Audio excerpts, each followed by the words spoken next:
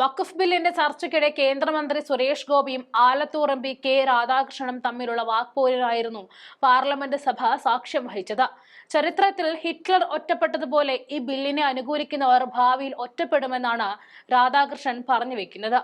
ദേവസ്വത്തിൽ ഒരു ക്രിസ്ത്യൻ പേരുള്ള ഹിന്ദുവിനെ ഉൾപ്പെടുത്തിയെന്ന് പറഞ്ഞ് കോലാഹലം ഉണ്ടാക്കിയവരാണ് എന്നും സുരേഷ് ഗോപിയെ ഉദ്ധരിച്ചുകൊണ്ട് രാധാകൃഷ്ണൻ സഭയിൽ പറഞ്ഞു.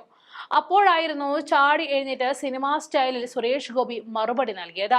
അനാവശ്യമായി എന്റെ പേര് ഇതിൽ വലിച്ചഴക്കരുത് എന്നും ഈ ബില്ലിനെ അനുകൂലിക്കാത്തവരുടെ ചിന്തയും ആശയവും അറബിക്കടലിലേക്ക് വലിച്ചെറിയപ്പെടുമെന്നുമായിരുന്നു സുരേഷ് ഗോപിയുടെ മാസ് മറുപടി. സുരേഷ് ഗോപിയുടെ ആക്രോശം നിറഞ്ഞ പ്രസംഗത്തിൽ സ്പീക്കർ അദ്ദേഹത്തെ മയപ്പെടുത്തുന്നുമുണ്ട്. കേരളത്തിനെ ബാധിക്കുന്ന പലതരം വിഷയങ്ങൾ പാർലമെന്റിൽ കോൺഗ്രസ് ഉൾപ്പെടെയുള്ളവർ ഉന്നയിച്ചപ്പോഴൊന്നും വാ തുറക്കാതിരുന്ന സുരേഷ് ഗോപി തന്നെ പറഞ്ഞപ്പോൾ ഒന്ന് പൊള്ളി. അത് തന്നെയാണ് തെളിഞ്ഞു വരുന്നതും. ആ വീഡിയോ ദൃശ്യങ്ങളിലേക്ക് പോകാം. ഞാനൊരു ഒറ്റ കാര്യം സൂചിപ്പിക്കുകയാണ്. സർ, കേരളത്തിൽ ദേവസ്വം ബോർഡുകളുണ്ട്. ഒരിക്കൽ ഒരു ദേവസ്വം ബോർഡിലെ മെമ്പറുടെ പേര് ഒരു ക്രിസ്ത്യൻ പേരുമായി ബന്ധപ്പെട്ട് ബഹുമാനപ്പെട്ട മന്ത്രി സുരേഷ് ഗോപിയെ ശ്രദ്ധിക്കുന്നുണ്ട്. ഒരു ക്രിസ്ത്യൻ പേര് വന്നതിൻ്റെ പേരിലാണ് അത് ക്രിസ്ത്യാനിയാണ് എന്ന് തെറ്റിദ്ധരിച്ചുകൊണ്ട് വലിയ കലാപം നമ്മുടെ കേരളത്തിലുണ്ടായി.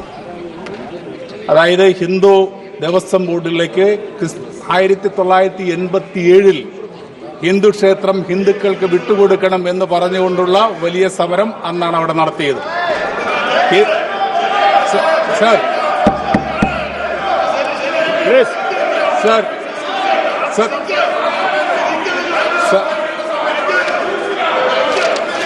പ്ലീസ് പ്ലീസ് ബഹുമാനായ minister.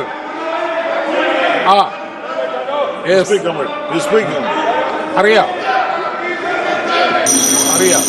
Sir, please conclude. Let me complete. Please conclude. Within 30 seconds, you complete, please. 30 seconds. Sir, അതുകൊണ്ട് തന്നെയാണ് പറയുന്നത്, ഓരോ മതവിഭാഗത്തിനും അവരുടേതായിട്ടുള്ള താല്പര്യങ്ങൾ സംരക്ഷിക്കാൻ വേണ്ടിയുള്ള അവസരം നമുക്ക് ഉണ്ടാക്കി കൊടുക്കാൻ വേണം. മുസ്ലിം സമൂഹത്തെ ഒറ്റപ്പെടുത്താനുള്ള ഈ ശ്രമത്തിനെതിരായിക്കൊണ്ട് നമ്മുടെ നാട് ആകെ ഉണർന്ന് പ്രവർത്തിക്കേണ്ടതാണ് എന്ന് ഞാൻ സൂചിപ്പിക്കുകയാണ്. സാർ, ഇവിടെ ഒരു കാര്യം മാത്രമാണ് എനിക്ക് സൂചിപ്പിക്കാനുള്ളത്. ഓക്കെ, അതായത് ഈ ബില്ലിനെ അനുകൂലിക്കുന്നവർ ശ്രദ്ധിക്കേണ്ട ഒറ്റ കാര്യം. സാർ, നമുക്കറിയാം ഹിറ്റ്ലർ ജർമ്മനിയെ എങ്ങനെയാണ് ഫാസിസത്തിലേക്ക് കൊണ്ടുപോയത്. അന്ന് ആ ഹിറ്റ്ലറുടെ ഫാസിസത്തെ സപ്പോർട്ട് ചെയ്തിരുന്ന ഒരു കവി മാർട്ടിൻ ലിയോൺ മുള്ളർ എന്ന് പറയുന്ന ആ കവി പിന്നീട് പറയുകയുണ്ടായി. എന്താണ് പറഞ്ഞത്? അദ്ദേഹത്തിന് വിലാപകാവ്യമാണ്. അദ്ദേഹം പറഞ്ഞു, അവർ ആദ്യം വന്നത് കമ്മ്യൂണിസ്റ്റുകാരെ തെരഞ്ഞാണ്.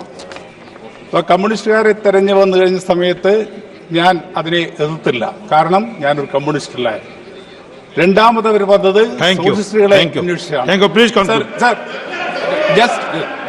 സോഷ്യലിസ്റ്റുകളെ അന്വേഷിച്ചാണ് വന്നത്.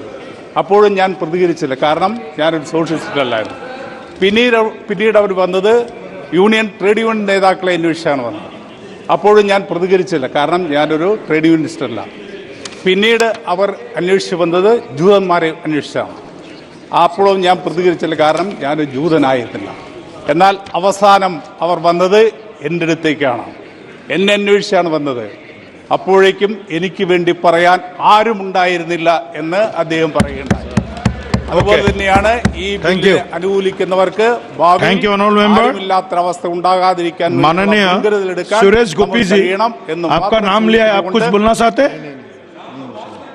He mentioned your name. Sir, I definitely do want to keep the decorum of the House and also the position that I am in. But unnecessarily, my name was taken to rake up a certain situation which is worming in the state of Kerala.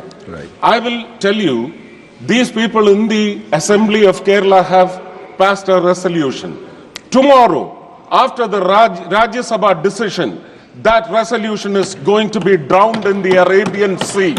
You just wait for this episode. It is happening. The people of Kerala. Okay. Sir, thank you. I cannot yield. I will not yield. Will not yield. Thank you. No. Please. No. Honorable Member Sri K.C. Benugopal ji. Please. Please be seated.